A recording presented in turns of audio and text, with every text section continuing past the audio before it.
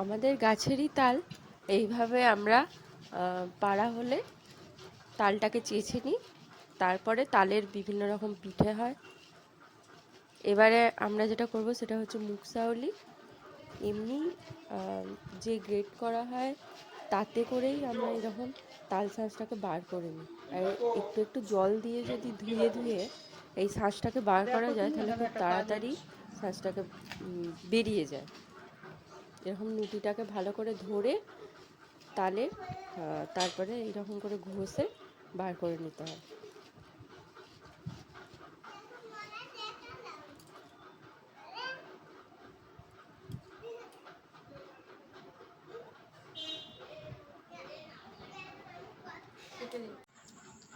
আমাদের ভাদ্র মাসে শুক্লপক্ষে চচ্চড়ি পার্বণ হয়।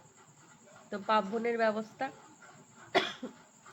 এখানে তাল আর চালগুড়ি আর নুন দিয়ে এরকম নরম করে যেরকম চালগুড়ি মাখা হয় মাখা হয়েছে, একটুও জল পড়বে না। ওই তাল দিয়ে আর চালগুড়ি আর নুন দিয়েই মাখাটা হবে। আর এইখানে নাড়ু যেরকম করে করা হয় তেমন করে ছাই নেড়ে নেওয়া হয়েছে। আর মা এইরকম করে দুধ পুলির মতো খোল করে আর পিঠে তৈরি করছে, যেরকম দুধ পুলিতে হয়। এইটাকে আমরা বলি পিঠে সলা। আপনারা কি বলেন অবশ্যই জানাবেন।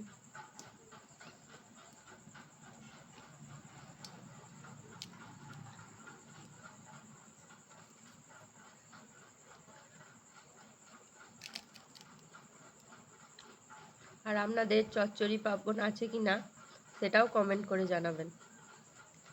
এই চচ্চড়ি পার্বণে অবশ্যই হাত গুঁড়ি করতে হয়।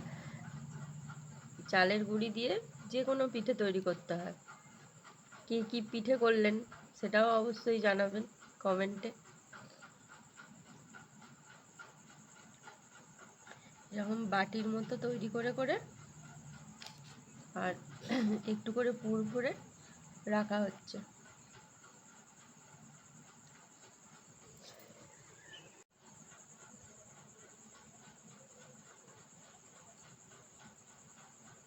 বাটির মতো করে এরকম একটু করে নাড়ুর মতো দিয়ে আর এরকম করে মুড়ে দেওয়া হচ্ছে। এবারে ফিরে আসছি আস্তে আস্তে সব তৈরি করে, আবার ভিডিওতে ফিরে আসছি। এখানে তৈরি সব হয়ে গেছিল, ভাজাও হয়ে গেছে হাফ, দেখাচ্ছে। এবারে এই যে তেল পুরো গরম হয়ে আছে। ছোট্ট ছোট্ট করে যদি বানানো হয় জিনিসগুলো তাহলে অনেকটা মচমচে হয়, সেই জন্য ছোট ছোট করে বানানো হয়েছে পিঠেগুলো। এইরকম সব অনেক কটা করেই দিয়ে এরকম লাল লাল করে ভেজে নেওয়া হচ্ছে। এখন কেমন কুচকে ছোট্ট মতো।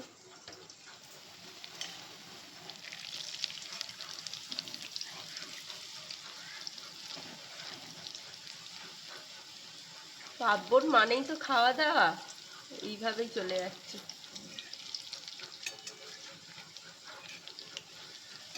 একটা খেয়ে বলতে হবে তো মা কেমন হয়েছে।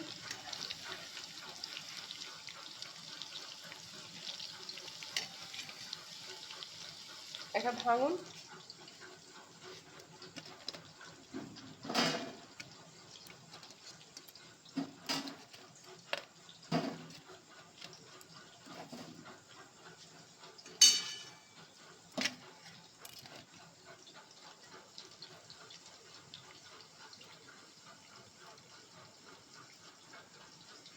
এইরকম হয়েছে, খেয়ে দেখুন, খেয়ে বলুন কেমন হয়েছে।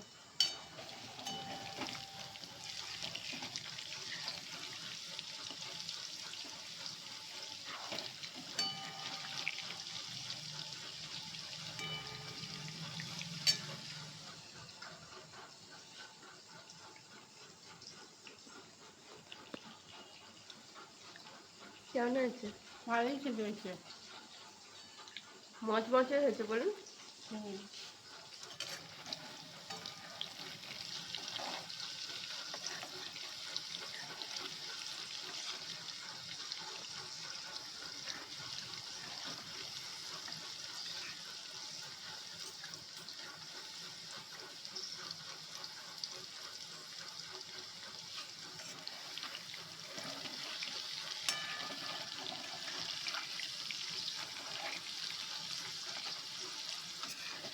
ভাজা হবে, এটা পুরো লাল হয়ে যাবে, এরকম লাল ভাবে ভাজা হবে।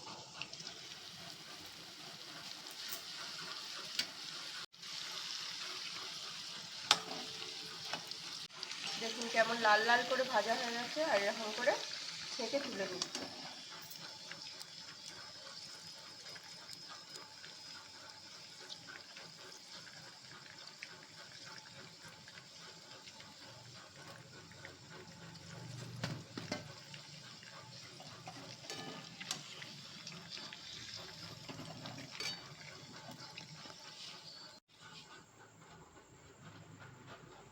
দেখতেও যেরকম লোভনীয়, খেতেও তেমন লোভনীয়।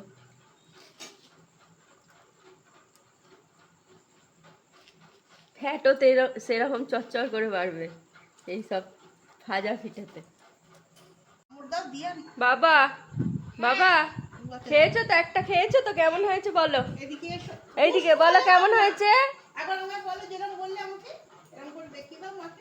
হ্যাঁ, ভালো হয়েছে।